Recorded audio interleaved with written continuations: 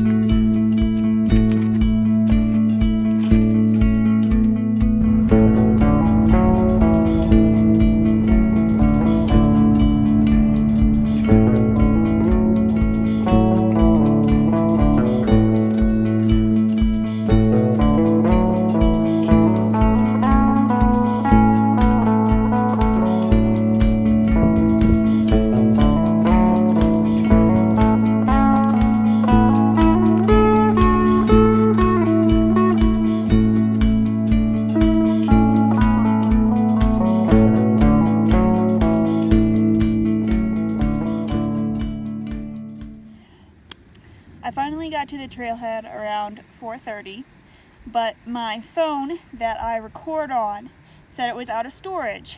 And I was doing everything I normally do, deleting old videos, nothing was working. So I was like, okay, I have to delete an app. And then someone comes up and starts talking to me. I have my backpack, so he asked me if I'm spending the night, all that stuff. I lie and say I'm meeting people. Then I accidentally deleted the app where I edit all my videos.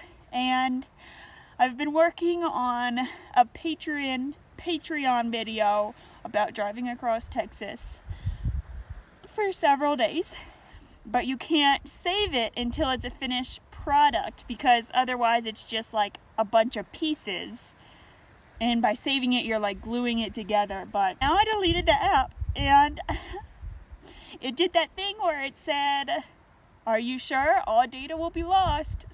And I clicked yes anyway. I thought about not going. I thought about asking for my $18 back that I paid for a permit to go on this trip. I thought about throwing my phone into the canyon. If there was one place to cry, it would be this. So, okay, I guess I'll go ahead and go. It will be a challenge getting to my campsite before the sun goes down. Oh gosh. I need to stop sitting here telling you this and just keep hiking. If this is the first video of mine you've ever seen, welcome. We're very open about our emotions here.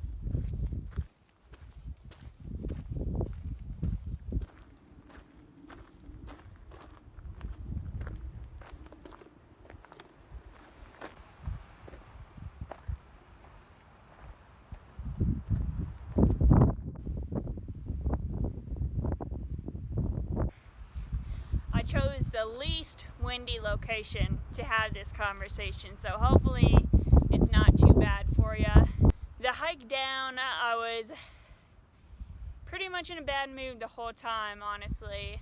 I thought a lot about how, yes, all the work is gone that I put in, but I still have the original clips and I can still start from scratch and make it over again. I'm not gonna get it out on time. All is not lost, even though it's something I really put my heart and soul into. I also thought a lot about what am I gonna do to make sure this kind of thing stops happening to me.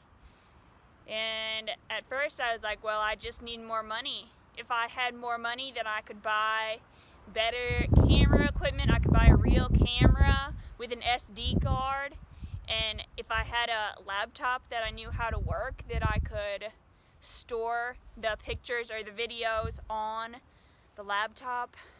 But I don't know. I remember when I first started doing videography, I was like, okay, I'm gonna upgrade to an iPhone 12 Pro, have a microphone and a tripod and a light, and then I'll be set. So I feel like the more you have, the more you want, right? Because I feel like it's just human nature to always be looking for the next step. It's like a survival instinct or something. So I don't think more money would really help, unless I was a millionaire and I could just actually get the best gear and just be done with it. No matter, oh, this guy's so pretty right now. I think no matter what a person's life is like, there's always gonna be really sad, really scary, really infuriating things that happen to them. So this is just part of being alive, I guess. Part of being a human being. If I had done different things in life and been living a completely different life right now, there would still be bad things happening, but I wouldn't be in the Grand Canyon underneath pink clouds. I guess what I'm saying is I didn't really resolve my problem on the way down, but I came to terms with it. Let's go set up camp.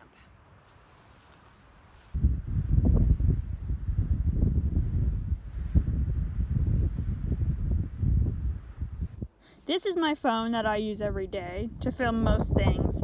Has all my pictures on it, has my whole life on it basically. I'm really worried about it though, because what if all my videos and stuff are gone by the time I turn it back on?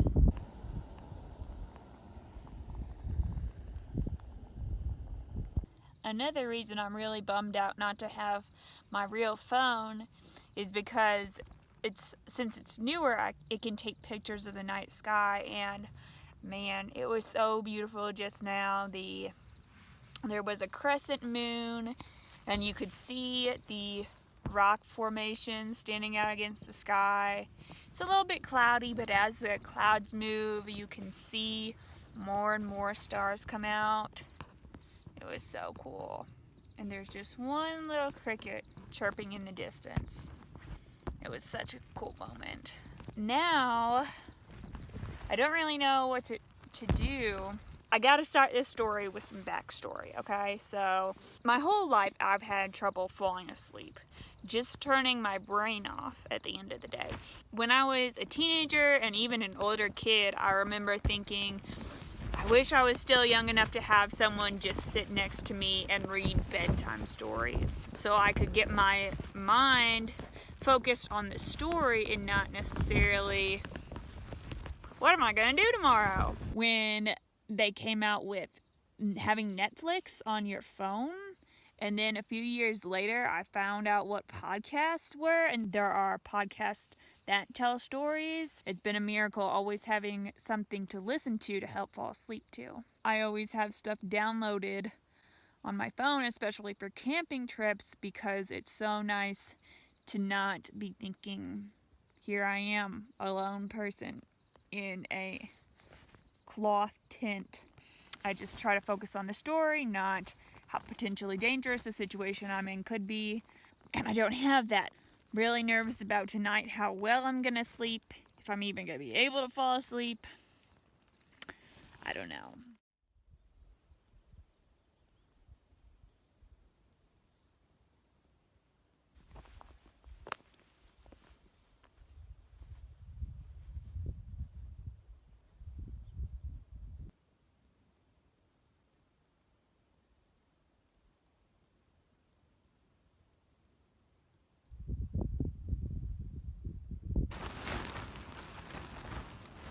It was a rough night and a rough morning. I drifted off to sleep about 11, but I kept waking up throughout the night. And then I woke up at about 5 something with an absolutely splitting headache. Hurt so bad. It hurt so bad I started to get nauseous. So I got out of the tent in case I needed to throw up. I watched the sunrise, so that was it was a very good moment and a very bad moment at the same time. So I watched the sunrise, threw up while watching it rise, and then went back and took a little nap till about 8, but my headache's still very strong, very much still here.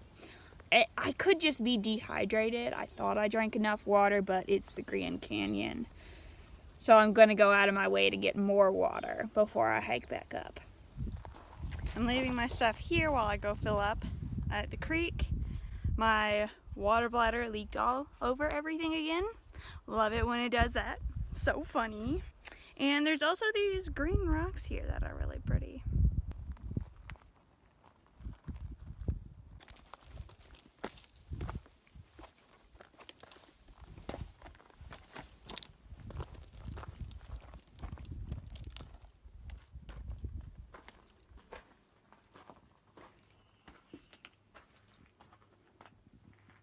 Cave. Look, old graffiti. Not cool, but still historic. Gosh, I don't know how far. Oh, okay. I see the end now. It's just a grate. Oh, but it's so much cooler in here. Like 20 degrees cooler, I'd say. What a neat place. Now this trail is supposed to go up this rock scramble, down over there, and then you'll see a bunch of switchbacks leading down, and still no river in sight. I kind of feel like I should just turn back and hike the 3 miles back with the half-liter of water I have left, because I don't know how long this is gonna be. It looks treacherous, you know, like it would take me at least half an hour, maybe an hour. It's a dangerous choice. Either way I do, something could go wrong. Cause like, what if there's no water down here? Just check my water itself and there's nothing left. Not even the half-liter I thought I had. You can kind of see a tiny little trail going over that way to that big ravine down there. That'd be such a far way to walk. I looked at my map again and there is another creek if I backtrack a little bit by my campsite. I guess I'll try that. And if that doesn't have anything, I don't know.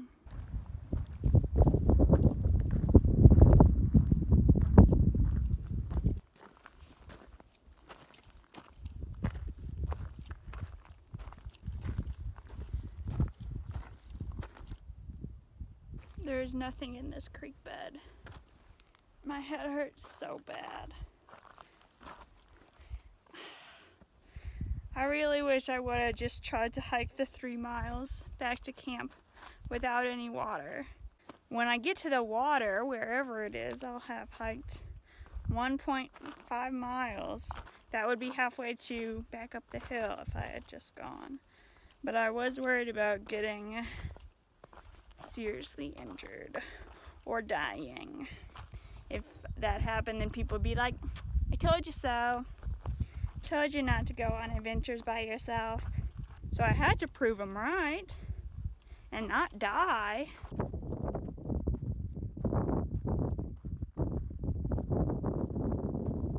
Finally found it. That little tiny stream.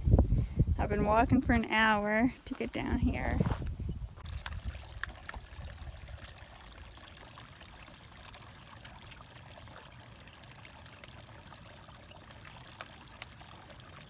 This is my first time using the pouch on my Sawyer Squeeze, and I've learned how to make it go faster a little bit, but still, I'm not a huge fan. I got here half an hour ago, and I've just filled up my Nalgene. I'm gonna attach the actual filter part to the straw of my water bladder next. I got a little less than 3 liters. Now it's 12:15.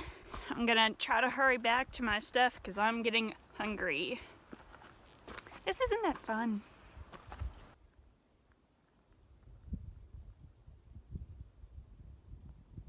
I was super miserable on the way back up. It took me just a little over an hour, but I took so many breaks. So when I got back to my stuff, I stretched out my mat, didn't inflate it or anything, because I was like, it's just gonna be a second, and I just laid down. Then I woke up 45 minutes later. I don't regret it though. My head still hurts, but not as bad. I'm in a better mood. And I'm eating a Cliff Bar and a peanut butter tortilla for lunch. This is the food sack they give you because the animals that will get into your food up here are mostly rodents and they can chew through a lot of things, so it's like wire mesh. I'm so sorry, friend, but it's time to get off. Oh no! Is he dead? Did he pick my sleeping mat to die?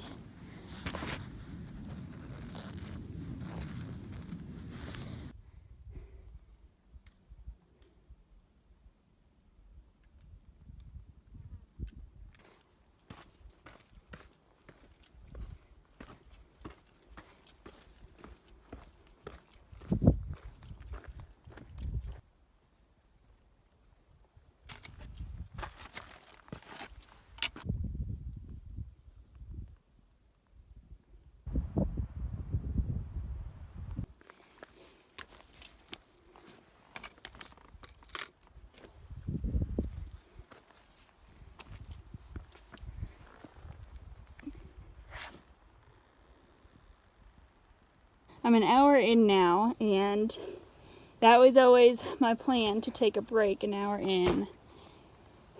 And it's been good. This is a good time to take a break. It's definitely been difficult. So much elevation. A lot of times the hardest part here is that it's not a trail, that's just dirt. It's figuring out where you're gonna place your feet as you're climbing over rocks. But glad I have water and Texas Heat Trail Mix by H-E-B. Not sponsored.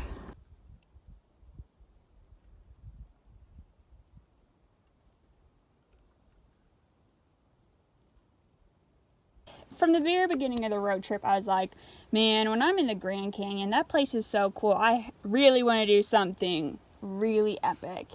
And at first, I wanted to go take a rafting trip down the Colorado River. How cool would that be?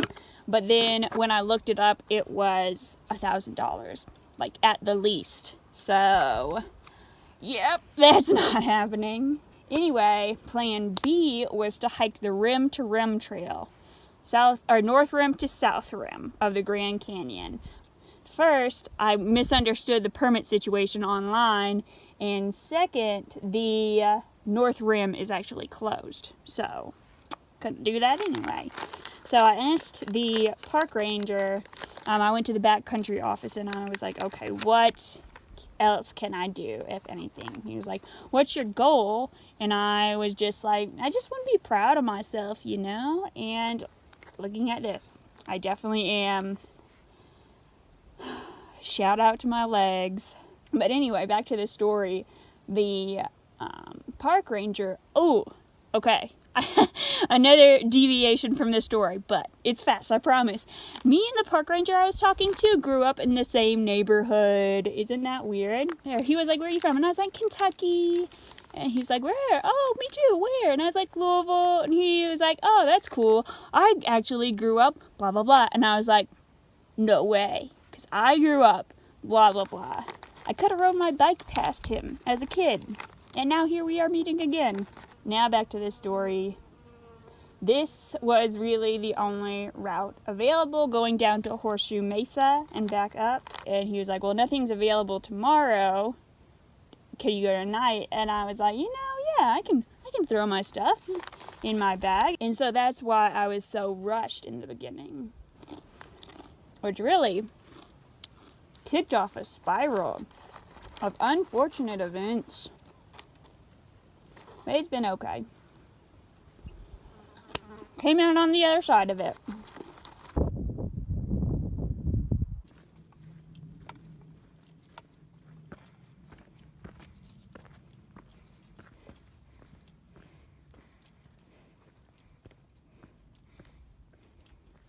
It's been about a half hour since I said anything, and I have climbed so far. And I can see Horseshoe Canyon, or Horseshoe Mesa, actually looks like a horseshoe. This whole time I thought it was just the rust-colored thing on top that was the mesa. That rock right here was on the way to the place I filled up water. I camped right along here, and where I stopped and took my break might have been down here somewhere. I've climbed so far in the past couple minutes. I swear, it's like walking up a 45-degree angle.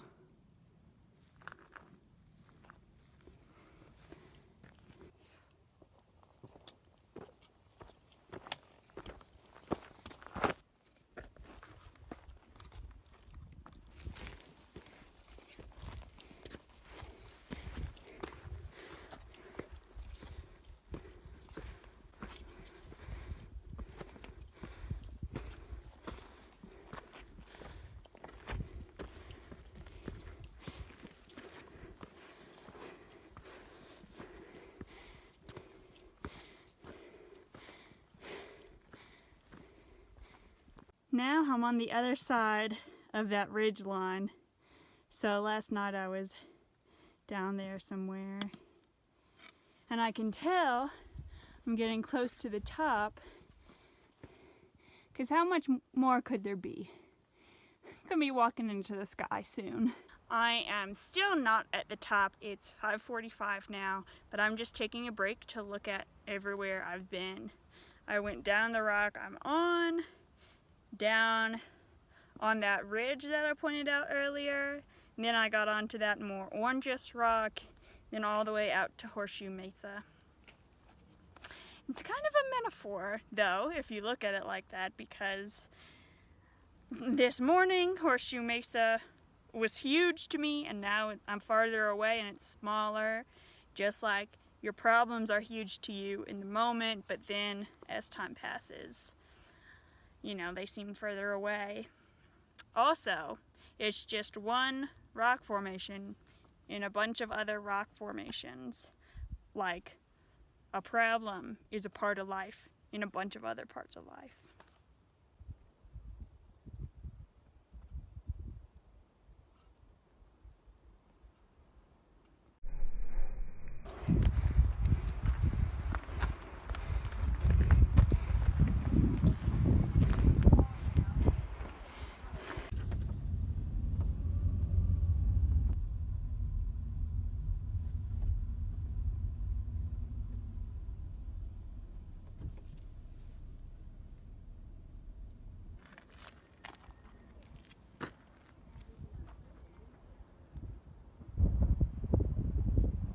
It is a little further past sunset, which I had planned on, but that's life.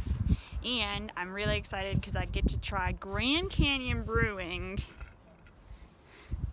Trail Hike IPA. I think I got one of the last local craft beers they had there. 4.5% alcohol by volume.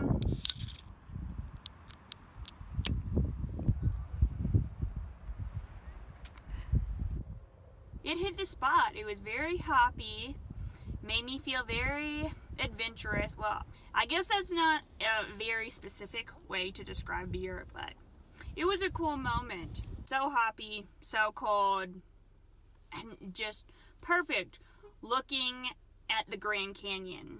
Even though it was in fading light, it was still beautiful. So deep, so huge.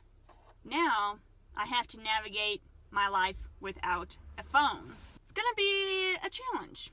And so that's why I'm stopping filming this video and starting to film another one, van life without a phone. If you're watching this video as I just posted it, it'll be coming out soon. If not, I will link it so you can watch it, because I don't know what I'm gonna do.